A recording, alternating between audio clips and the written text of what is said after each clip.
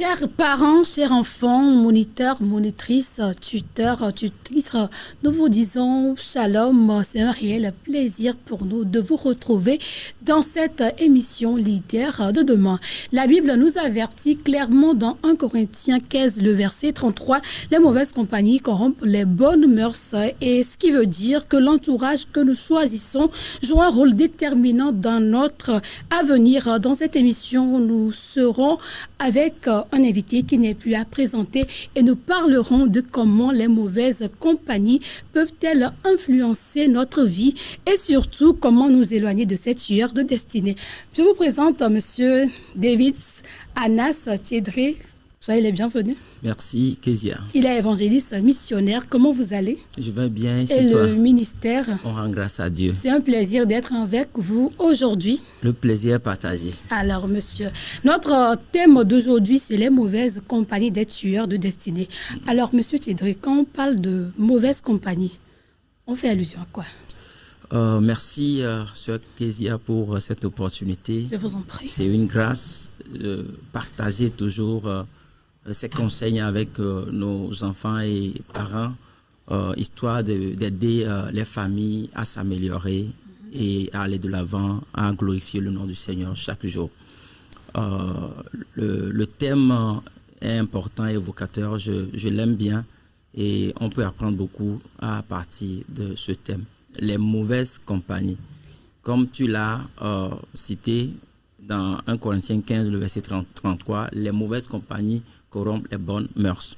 C'est quoi la mauvaise compagnie?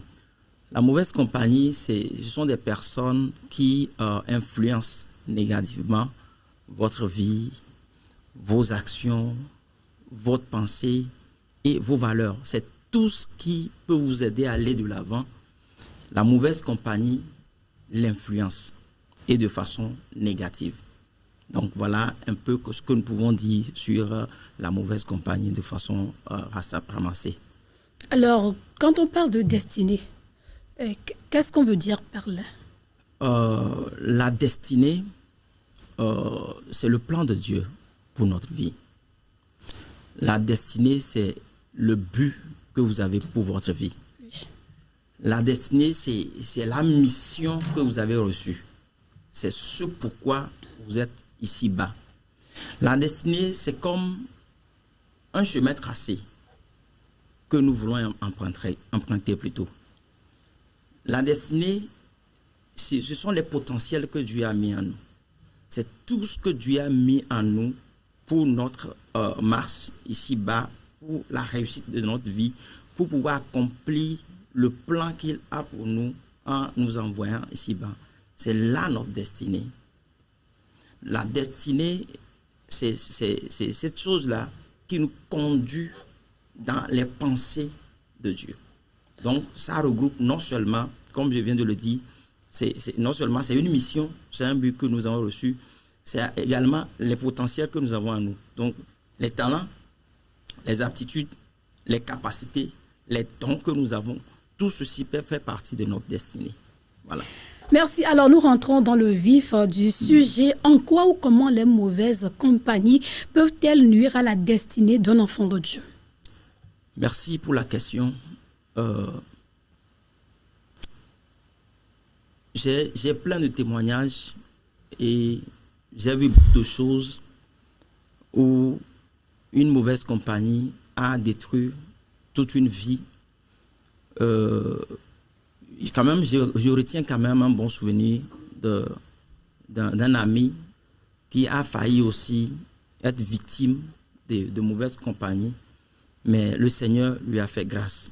Aujourd'hui, il est une personne normale avec un couple, avec des enfants, et Dieu lui a fait grâce. Il n'est plus à Lomé, il est à l'étranger. Mais j'ai vu un peu comment la mauvaise compagnie a failli le détruire et l'a presque détruit. Parce que celui-là, c'est un chrétien exemplaire. Moi, je l'aimais bien. Parce qu'il m'inspirait. Je me disais, comment lui, il arrive à adorer Dieu comme ça et que nous, on n'arrive pas. Mais à un moment donné, il a fallu juste qu'il commence à fréquenter des frères. Pas n'importe quel, des frères à lui. Ils n'étaient pas ensemble précédemment. Mais à un moment donné, il a commencé à plus fréquenter ses frères qui n'étaient pas chrétiens. Eux, ils ne fréquentaient aucune église. Eux, ils étaient là, ils ne faisaient rien. Mais tous sont des mêmes parents. Je vous assure, pendant une année, la vie de ce frère chrétien exemplaire a basculé. Et ça a pris plusieurs années. Ça lui a pris toute son adolescence, sa jeunesse, jusqu'à l'âge adulte. C'est quand il est devenu adulte que... Parce que chaque fois je lui parlais, chaque fois je priais pour lui, je me rappelais toujours de lui. Parce que c'est quelqu'un qui m'a beaucoup inspiré. Donc je priais pour lui. Chaque fois qu'on se rencontrait, j'essayais de l'encourager à revenir au Seigneur. Et un jour, le Seigneur l'a fait, un 31 décembre, il a repris le chemin de l'église. Et jusqu'à ce jour, c'est allé jusqu'au mariage, fonder sa famille, avait un boulot, finalement, il a voyagé. Donc, c'est comment l'appelle-t-on? Les mauvaises compagnies détruisent nos valeurs. C'est-à-dire, chacun de nous a des valeurs. Les valeurs, ce sont des choses que vous poursuivez dans la vie pour atteindre votre objectif. Donc, lorsque vous rentrez, vous commencez à fréquenter de mauvaises personnes, ces valeurs sont détruites. Et les mauvaises compagnies également influencent négativement. Donc, ils ont l'influence négative sur notre vie. Donc, vous voyez, c'est ce qui s'est passé avec cet ami. Donc, les mauvaises compagnies, non seulement ils vous influencent négativement, ils vous éloignent de Dieu. Ils vont vous séparer complètement de Dieu. Vous ne vous retrouvez plus, vous ne savez pas plus où vous êtes. Et les conséquences, c'est que ça va vous conduire à la chute. Donc, si vos valeurs sont faussées, si vous êtes influencé négativement, vous n'êtes pas loin de la chute. Donc, lorsqu'un enfant commence à fréquenter de mauvaises personnes, forcément, c'est que ça va le conduire assurément vers la chute. Voilà un peu. Alors, M. Tedré, vous avez donné un exemple. Ici, c'était le cas des personnes qui ne fréquentaient pas une assemblée, qui n'étaient pas chrétiens. Mais j'aimerais savoir, est-ce qu'à l'église, est-ce qu'on peut trouver des mauvaises compagnies à l'église? Merci. C'est très subtil. Dans le temps, l'église était vraiment filtrée, si je peux le dire ainsi. Trier, c'est que quand vous voyez quelqu'un à l'église dans le temps, c'est vraiment un chrétien. Mais aujourd'hui, l'église est infiltrée. Il y a plus de mauvais, excusez-moi de le dire, que de bons. Et l'église est remplie de toutes sortes de personnes. Tu peux même retrouver des féticheurs à l'église. C'est habillé en blanc. Donc, c'est là où se trouve le danger. Parce que si c'était dehors, si par exemple vous voyez votre enfant fréquenter un homme du dehors, un ami du dehors, vous pouvez l'interpeller. Mais si vous le voyez avec un frère, une soeur de l'église, vous êtes rassuré. Mais qui est ce frère? C'est encore plus dangereux. C'est-à-dire, c'est le serpent dans le mur. Vous voyez, non? Donc, c'est le serpent de maison, ça. Donc, c'est plus subtil et c'est plus rapide même. Ça va vous endormir et jusqu'à ce que vous ne vous rendez compte, le mal, l'irréparable est fait. Donc, il y a de mauvaises compagnies dans l'église, plein même, cachées un peu partout dans les recoins de l'église, dans les départements, du sommet jusqu'au bas de l'échelle, il y en a partout dans l'église. Donc, nous devons faire extrêmement attention et trier nos compagnies. D'accord. Monsieur Tedré, peut-on garder sa destinée intacte malgré les influences négatives? Oui, c'est possible. C'est possible de garder sa destinée intacte. Parce que le Seigneur nous a toujours avertis que nous sommes dans un monde où il y a des loups ravisseurs. Et la Bible nous dit que le diable rôde autour de nous comme un lion rugissant. Et nous sommes conscients que le monde est rempli de mauvaises choses, mais toutefois, nous pouvons garder notre destinée intacte parce que nous avons des preuves. Donc, pour garder sa destinée intacte, puisqu'on peut le faire, puisqu'on peut garder sa destinée intacte, comment le faire? Nous devons connaître les valeurs qui sont les nôtres. Quelles sont tes valeurs? J'ai l'habitude de dire, à ceux qui m'écoutent que chacun doit avoir des principes pour sa vie. Je leur dis, quand je parle de principes, je voudrais dire, vous devez savoir jusqu'où il vous est permis d'aller. Qu'est-ce que je peux faire, qu'est-ce que je ne dois pas faire. Ce n'est pas quelqu'un qui doit vous l'imposer. Vous-même, vous vous imposez des limites. Est-ce que vous comprenez? Donc, vous devez connaître vos valeurs. Donc, vos valeurs, ce sont les buts que vous avez le but que vous avez pour votre vie, que j'avais dit précédemment. Vous devez connaître votre mission. Donc, lorsque vous connaissez votre mission, vous connaissez votre valeur, vous savez qui vous êtes et ce que vous êtes appelé à faire, c'est facile de garder sa destinée intacte. Vous devez vous fixer des limites, comme je viens de le dire tout à l'heure. Vous fixez des limites, savoir qu'est-ce que vous devez faire, qu'est-ce que vous ne devez pas faire, qui fréquenter, qui ne pas fréquenter. C'est très important. Ce sont des choses qui vous permettent de garder votre destinée intacte. Vous devez avoir une intimité avec Dieu.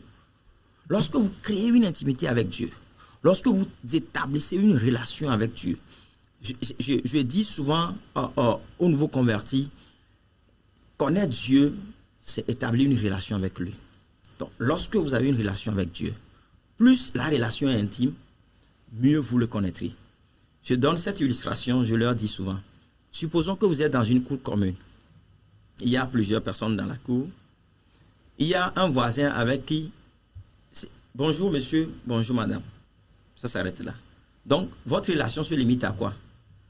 À un bonjour. Donc, il y a une salutation chaleureuse entre vous. Mais il y a quelqu'un, bonjour, et vous échangez quelques mots. Comment ça va, et la famille, et les activités. La relation là est un peu plus proche. Mais il y a l'autre, peut-être, non seulement vous saluez, vous vous asseyez, vous échangez, vous partagez sur plusieurs choses, et vous allez au fond jusqu'à peut-être connaître un peu la vie de l'autre, connaître ses défis, comment est-ce qu'on peut l'aider, comment est-ce qu'on peut le soutenir, qu'est-ce qu'on peut avoir, recevoir de lui, qu'est-ce qu'on peut lui donner. Quand c'est comme ça, la relation est tout autre chose. Donc, si vous prenez Dieu comme un voisin, bonjour, bonjour, c'est que vous ne le connaîtrez pas. Mais si vous prenez Dieu comme un voisin à qui on peut s'approcher de lui, on peut le saluer, s'asseoir avec lui, discuter avec lui, partager beaucoup de choses, ça va vous amener à mieux le connaître. Et ça vous préserve. Et ainsi, votre destinée est préservée. Donc, c'est possible de garder sa destinée dans ce monde difficile dans lequel nous nous trouvons. Merci, M. Tédré. Votre réponse, c'est comme si elle est un peu paradoxale à ce que la Bible nous a dit dans 1 Corinthiens 15, le verset 33. Alors, si cela en est ainsi, quand la Bible dit que les mauvaises compagnies corrompent les bonnes mœurs, qu'est-ce qu'on peut comprendre de ça? Bien. Quand la Bible dit que les mauvaises compagnies corrompent les bonnes mœurs, c'est tout simplement pour nous dire de ne pas fréquenter les mauvaises personnes. Vous pouvez fréquenter des gens, mais vous devez connaître avec qui vous marchez. Parce que quand vous marchez avec une mauvaise personne, vous finirez par faire ce qu'il fait. Toujours des illustrations. Quand vous prenez un morceau de tissu que vous enfoncez dans une bouteille de parfum vide, c'est-à-dire il n'y a plus de parfum dans la bouteille, c'est complètement, il n'y a rien dedans. Mais quand vous enfoncez un morceau de tissu dedans et que vous fermez pendant un moment, si vous enlevez, vous mettez ça, vous sentez l'odeur. Vous allez sentir l'odeur du parfum. Donc, quand vous marchez, vous asseyez toujours avec une mauvaise personne, il finira par vous impacter, vous influencer négativement. C'est comme si il vous communique sa vie. Il vous communique ses valeurs, sa façon de faire les choses, sa façon d'analyser, de réfléchir, et tout ce qu'il a en tête, tout ce qu'il voudrait faire, il partage avec vous, vous faites avec lui. Donc c'est pourquoi la Bible nous conseille de ne pas fréquenter les mauvaises personnes, mais plutôt les bonnes personnes. C'est ce que moi je conseille. Au lieu de fréquenter les mauvaises personnes, pourquoi choisir les mauvais? Choisissez plutôt les bonnes personnes qui vont vous influencer positivement, qui vont vous aider à aller de l'avant, qui vont ajouter de la valeur à votre vie pour que le but, votre mission, votre but, vous puissiez l'atteindre. Voilà. D'accord. Alors, j'aimerais que vous nous parliez des impacts des impacts des mauvaises fréquentations sur le choix de vie et sur la foi d'une personne. Merci. Comme on vient de le dire, lorsque vous êtes toujours avec les mauvaises personnes, vous finirez forcément par faire de mauvaises choses. C'est lorsque vous êtes toujours avec ceux-là qui sont dans des pensées négatives, qui sont peut-être contre la loi, c'est-à-dire qui ont des attitudes contre nature, qui font des choses contre nature, des choses contre la loi, vous allez finir par être impacté. Et quand ils vous impactent, un jour vous allez vous retrouver dans les mêmes situations que ces personnes-là. Des exemples concrets, voilà. Terre à terre, s'il vous plaît. Merci. Par exemple, quand vous fréquentez quelqu'un qui prend de l'alcool, vous allez finir par prendre de l'alcool. Aujourd'hui, dans le milieu scolaire et estudiantin, nous remarquons l'alcoolisme, le tabagisme, c'est la prise de ces produits illicites, des substances illicites défendues par la loi. Donc, c'est parce que, et vous voyez ça en milieu scolaire, et quand on parle de milieu scolaire, c'est au collège déjà, des adolescents qui commencent à prendre de l'alcool, de la drogue. Pourquoi? Parce qu'ils sont en train de fréquenter de mauvaises personnes. Donc, quand vous les fréquentez, on vous apprend à boire, on vous apprend à fumer, on vous apprend à aller avec des personnes du sexe opposé. Et puis, on peut vous apprendre à aller avec des personnes du même sexe. Oh. C'est ça qui est la mode aujourd'hui. Voilà. Donc, et à un moment donné, vous avez des amis. Oui, il faut faire attention. Parce que des fois, on pense que, c'est parce que, ma fille, mon garçon, il ne fréquente pas. Je le vois toujours avec les filles. Aujourd'hui, ou bien je le vois toujours avec les garçons. Il faut faire extrêmement attention aujourd'hui. Il faut faire extrêmement attention. Aujourd'hui, en milieu scolaire, qu'est-ce que nous avons remarqué tout récemment dans une école, c'est les chichas que les élèves sont en train de passer dans l'établissement. Il y a un élève qui vend aux autres. Et il l'utilise dans la classe pendant les cours, séance tenante. Et quand le prof a constaté, il dit non, que c'est la poussière de la craie. Donc, il a fallu un long moment pour que les enseignants réalisent que dans cet établissement, il y avait de la chicha qui circulait. Ouais, non. Donc, il y a l'alcool, il y a la drogue, il y a c'est la dépravation, et les mauvais comportements. C'est tout de suite l'impolitesse va s'installer dans la maison. C'est que l'enfant quitte les valeurs enseignées par la Bible et ses parents pour commencer à adopter des comportements qui sont défendus par la Bible et par la loi. Donc, c'est des choses que nous pouvons retrouver dans cette situation. Merci. Nous avons parlé de mauvaise compagnie. Maintenant, comment reconnaître une bonne compagnie? Comment savoir que cette personne, c'est bien de la fréquenter. Si je marche avec cette personne, je pourrais grandir. Comment on peut reconnaître une bonne compagnie ou bien une bonne personne? Merci beaucoup. Merci pour la question. Il y a un verset que je voudrais citer, c'est Psaume. D'accord. Le chapitre 1, le verset 1, que nous connaissons tous, et dit « Heureux l'homme qui ne marche pas avec les mauvais, ou bien qui ne s'assied pas en compagnie des moqueurs, qui ne fait pas la compagnie des méchants, si je peux le résumer ainsi. » Donc, et si nous voulons, comment l'appelle-t-on, et reconnaître les personnes qui sont bonnes, nous devons tout simplement les passer à la loupe de la parole de Dieu. Je prends encore le verset de Matthieu 7, que nous connaissons aussi tous, Matthieu 7, à partir du verset 16 à 18. Il dit, vous les reconnaîtrez à leurs fruits. C'est ce que Jésus a dit. Vous les reconnaîtrez à leurs fruits. Il dit, un bon arbre ne peut porter de bons fruits, et de mauvais fruits, ni le mauvais arbre porter de bons fruits. Donc, quand vous voyez la personne, vous pouvez savoir si elle est mauvaise, si elle est bonne. Si c'est une personne à suivre ou à ne pas suivre. Donc, il faut voir le comportement de la personne. Il faut analyser le comportement de la personne. Celui qui a souvent un comportement déplacé plutôt, excusez-moi, des propos déplacés, qui dit toujours des choses qui sont ridicules, voilà. Il aime le ridicule, ou bien qui dit des choses blasphématoires. C'est une personne avec qui il faut faire extrêmement attention.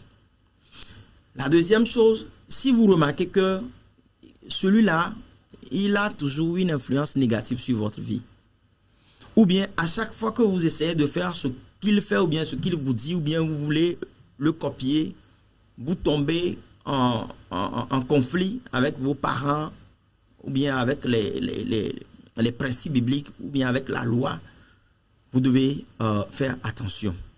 Ou cette personne-là qui essaie de vous manipuler, elle vous manipule, elle vous dit des choses négatives, elle essaie de vous amener toujours à faire quelque chose que lorsque vous-même, vous tentez de le faire, vous avez le cœur qui bat, vous sursautez.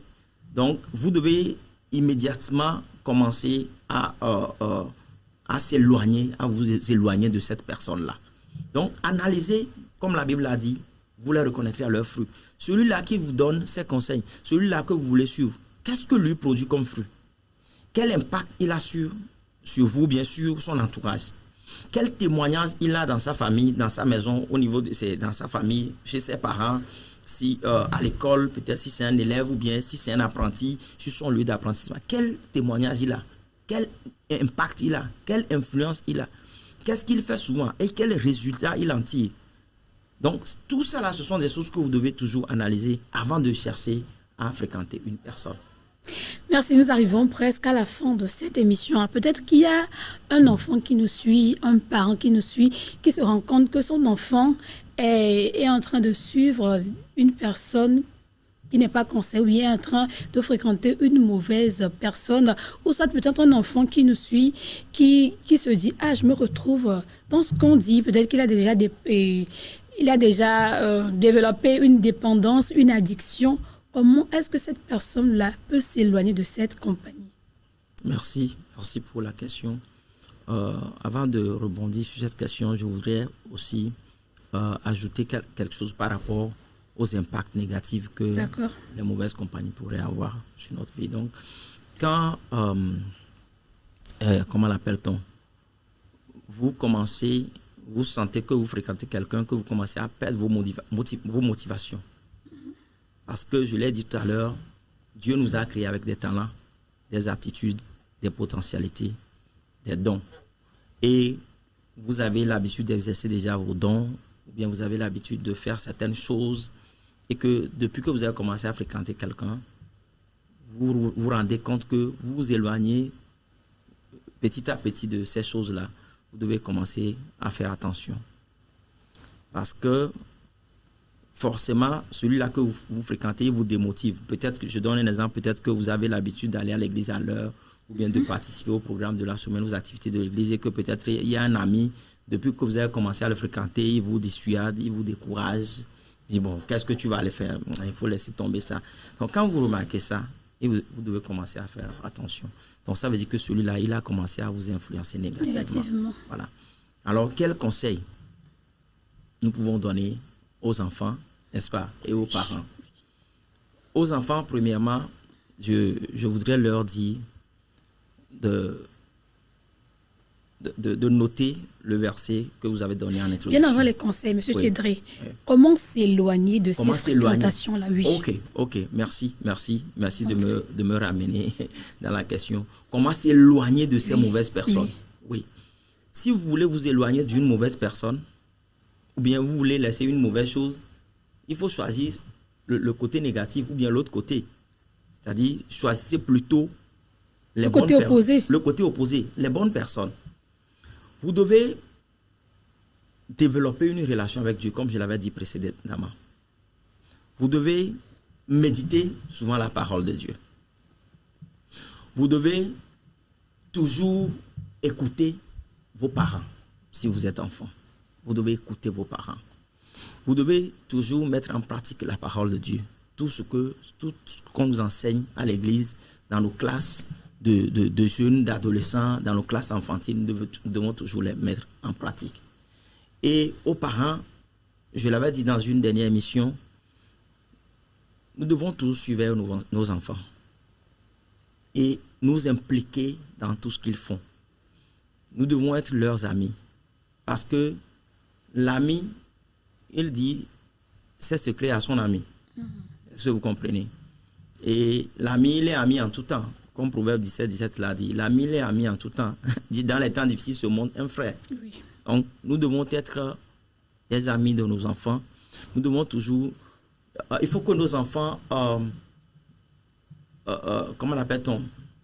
Remarquent que nous nous intéressons à eux et que nous nous intéressons à tous les détails de leur vie.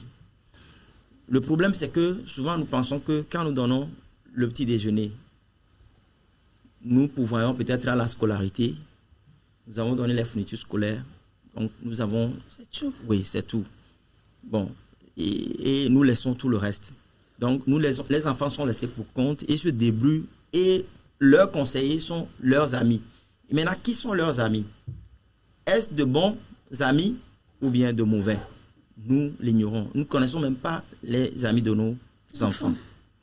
Donc, il est important d'aider nos enfants dans le choix de leurs amis, de les aider dans les difficultés, parce que les enfants traversent des difficultés, parce que souvent nous pensons que ce sont nous, les adultes, oui, qui avons seulement des défis à relever et que, bon, nous sommes stressés par le travail, par les besoins, les défis de ces derniers temps et que, bon, nous pensons que les enfants ont des difficultés. Ils ont des défis pas mal. Quand ils rentrent dans l'adolescence, je l'avais dit la dernière fois, quand ils deviennent vieux, ils ont tellement de défis à relever.